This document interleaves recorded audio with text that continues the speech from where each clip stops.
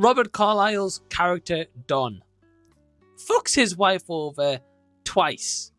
He also tries to kill his kids. And I watched this on Father's Day here in the UK. So Hollywood, you produced one of the greatest fathers ever.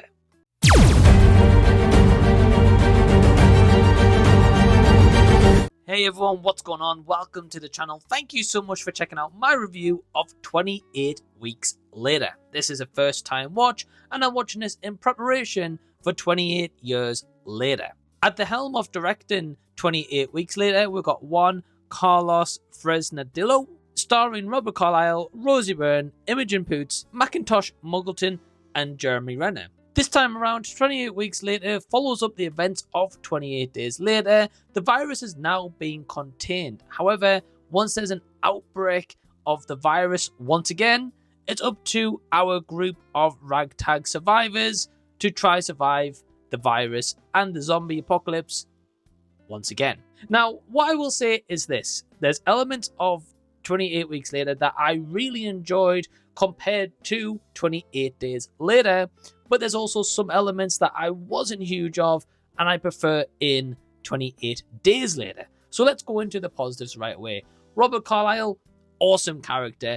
Despite how bad of a character and really decisions that he makes and how they write him kind of comes across laughable at times, Robert Carlyle's always great in anything that he's ever in, and I really liked his performance here. The opening scene was utterly fantastic. It really set this world up and really got this movie going with a few twists and turns along the way I did not see coming. So once again, the screenplay here has surprised me. Jeremy Renner's character of Sergeant Doyle is really cool. I really like his character. There's some really admirable cinematography once again. There's some really cool shots that they were able to use that I thought was really effective, but also really kind of just pushes and tests the bounds of what a zombie movie can truly be. It doesn't all have to just be zombies attacking and that's all this movie is. There's a little bit more depth to it than that. Not as much as the first outing, but I think the cinematography was able to play a really great hand in that storytelling element. I do like that they do take a few risks in this outing. They didn't just do a carbon copy of the first one and just, like a cut and copy and then a paste. They actually went for a different route, different scenic views, and just a different kind of story altogether, where it added more depth and lore to this 28 days, weeks, years movie series. Okay, now cutting into the negatives. So I definitely feel the cinematography was a lot better for some of the gripes I had of 28 Days Later. Like some of the zombie action is more clearer, there's some more practical effects used, and it definitely improved upon what was there previously, but there is a lot of shaky cam. I noticed throughout, again, a product of the 2000s, and a lot of movies were notorious for this.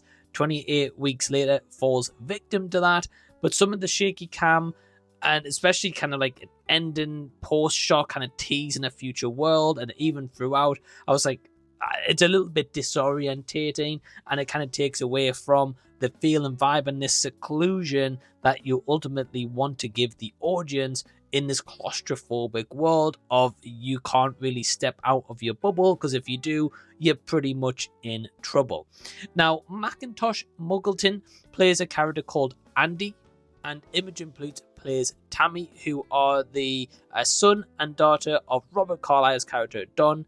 Those two kid actors are good. I mean, Tammy was okay. Imogen Poots, I mean, as she's gone on in her career, she's actually a pretty good actress, but in this one, not great. But Macintosh as Andy, he was not good. His dialogue was very wooden and stilted, very similar to the character in 28 Days Later. These kid actors and actresses aren't amazing, and unfortunately, this time around, 28 Weeks Later focuses a lot on the kid actors, so I ultimately didn't care about them. I would rather have seen them getting eaten by the zombies as the runtime was going along. I was like, oh, come on, please, someone get these kids, I feel as if at times this movie's got way too much going on. And I appreciate it's ambitious. It's going for that something a little bit different, which I do praise.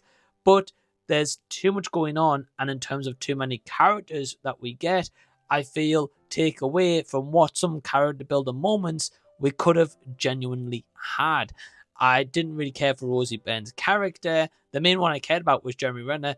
Kind of Robert Carlyle, I'll be honest with you. The rest of them, I was like, yeah, I can kind of do without. Some of them, I understand like why they're here. It's really cool that we do get some cameo appearances. For example, like Idris Elba is in here. But I just feel there's too much going on, too many characters, and ultimately some of the CG effects that they add in as well, again from 2007, aren't the best. It was kind of a silent level CG. So ultimately, a lot of it didn't kind of work. So I would probably give this one like a 2.5, 3 stars out of 5. But have you seen 28 Weeks Later? Let me know down below in the comment section so we can continue the discussion down there. Now, also in the meantime, if you have missed my review for 28 Days Later, well, click up here and check that video out. And also when it's available and when it's released in the UK, because at the time of this video, we've got maybe about a little bit less than a week, you'll see my review for 28 Years Later as well. So have yourself a bit of a deep dive. Till next time, I'll see you guys. I'll be seeing you later.